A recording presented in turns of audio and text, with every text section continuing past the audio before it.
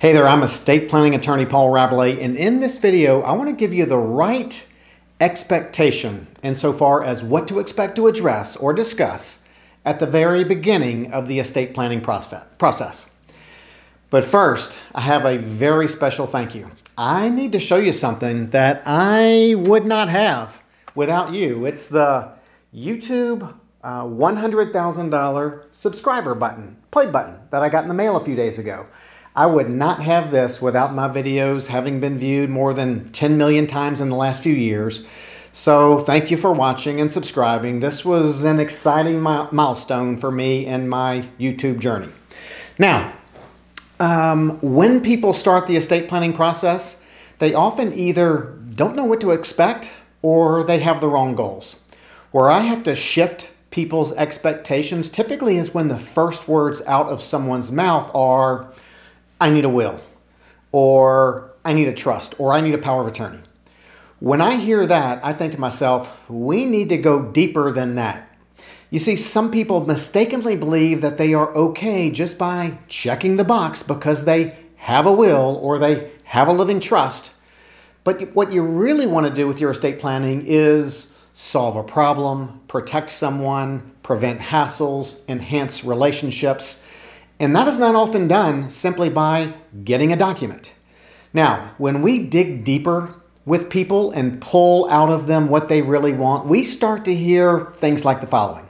First, we may hear, well, I really want to make it easy for this person or that person. And when we dig deeper than that, we hear things like, I don't want so-and-so to have to deal with a bunch of frozen accounts and lawyers and judges, and I don't want this person to incur a bunch of hassle and unnecessary delay.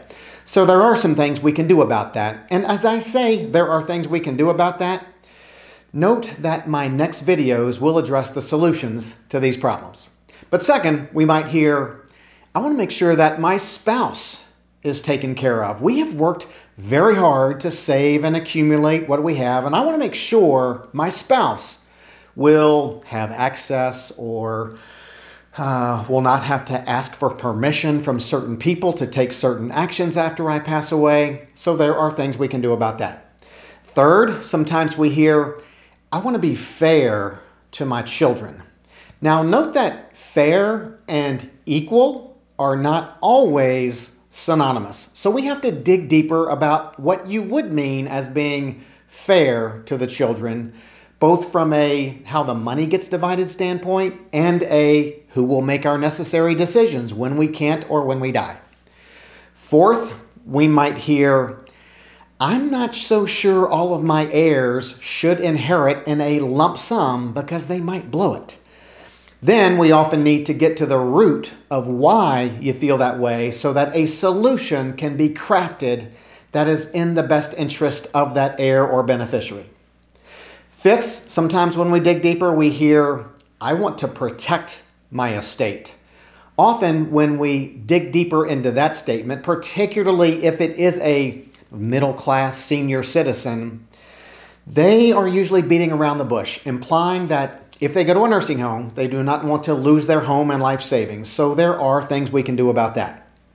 Six, this is an issue that people do not mix their words when they say they want to reduce taxes.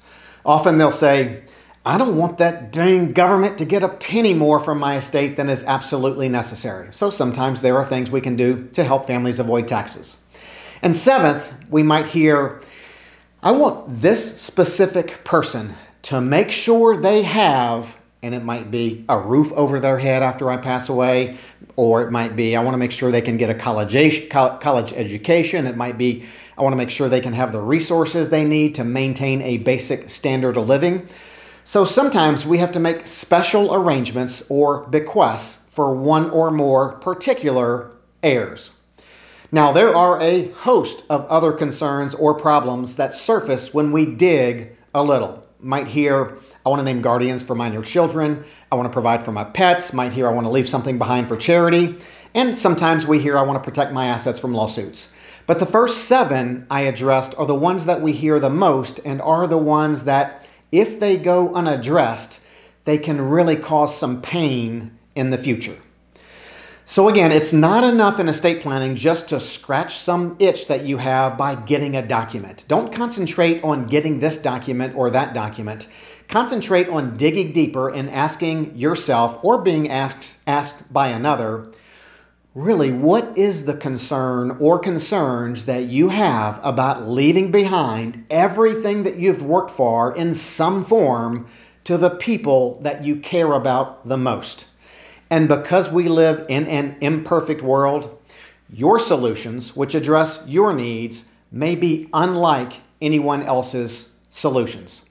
So I'm excited to dig deeper into each of these 7 estate planning problems that people feel they need to address. And as I create each of those 7 videos, which I'm going to do next, I'll put them in a YouTube playlist with this video so that you'll be able to pick and choose your content that you view based on your unique considerations. Thanks again for watching, subscribing, and quite frankly, getting me my silver play button. I look forward to what our future holds. Have a great day.